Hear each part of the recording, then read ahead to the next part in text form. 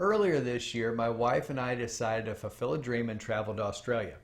Now, what an amazing trip it was with great memories, and we were making some lifelong friends along the way as well.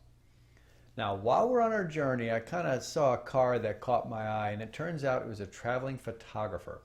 And I just walked up, I'm pretty social, I said hello, his name was Tony, and we started chatting about photography. And the reason why is because, see, my whole trip was being recorded with an iPhone. And while they managed to take a decent photo, I found myself either holding the camera with one hand, trying not to look stupid and fit everything into the frame, or we were reduced to one of us taking a photo while the other one just stood there alone.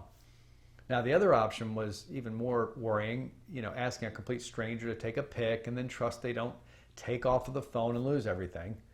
And I thought about how this was such an expensive trip that we took and all the future memories it was going to hold for us, and how all of them were being captured by a phone, and not to mention how bad they looked. So my friends and family back home, while we were on our trip, were seeing this on social media, and to be honest, it was a bit of an embarrassment with the same photos, the same shots, the same poses every time. I mean, they just didn't do my wife and I and the beautiful country justice. So the next day I booked Tony for a 2-hour shoot. And in the outback at sunset, we took the time and we got the results. The images were simply amazing, and all of our family and friends loved them as well. Tony was such a pleasure. He was so easy to work with and be with. He made the afternoon actually quite entertaining with his Aussie humor. And without a doubt, it's the images that we go back to the most now when we want to remember our trip. So if you're lucky enough to come across Tony in your travels, do yourself a favor and organize a shoot.